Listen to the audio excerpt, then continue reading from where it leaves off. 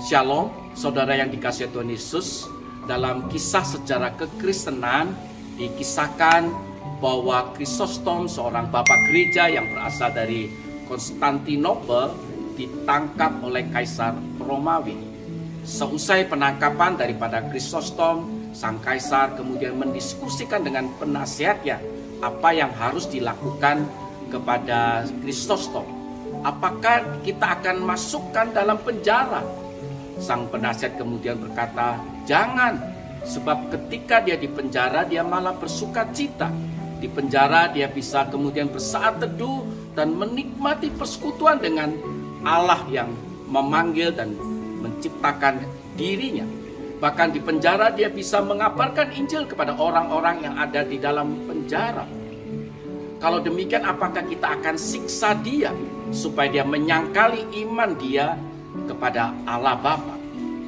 Si sang penasihat pun berkata, jangan juga Kaisar, sebab dia pun senang menghadapi maut.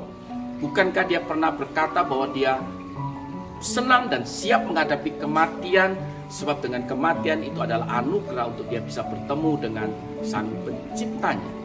Sang kaisar pun kemudian berkata, kalau demikian, apa yang harus kita lakukan terhadap dia? Sang penasihat kemudian mengusulkan satu ide yang cemerlang. Mari kita buat dia untuk berbuat dosa.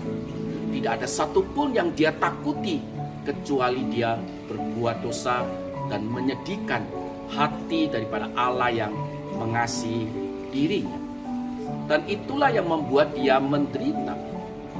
Saudara, itu pun yang terjadi daripada kisah tentang Daud yang diungkapkan dia dalam Mazmur 51. Sebuah pengakuan penderitaan, kesedihan Daud terhadap Allah yang mengasihi dia dan bagaimana dia melakukan dosa yang tidak menyenangkan hati Allah.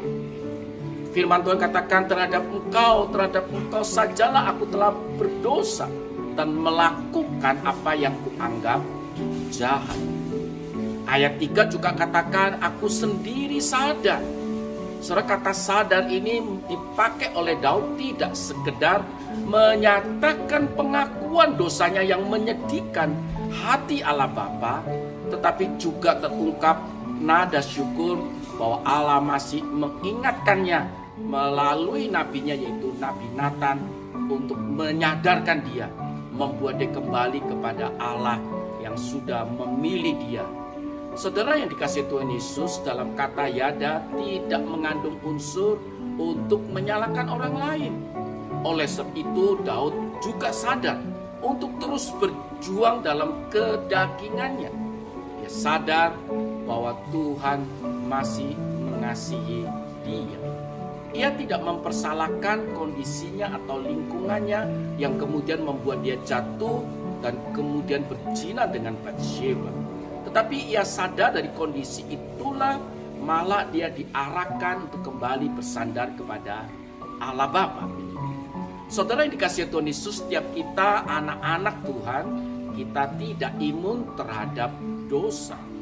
Firman Tuhan katakan dalam Mazmur 51, katakan aku senantiasa bergumul dengan dosa.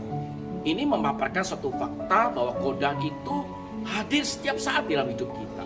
Oleh sebab itu kita diingatkan dalam Mazmur 51 itu, hari lepas hari, setiap hari kita bergantung dan terus mencari wajah Allah.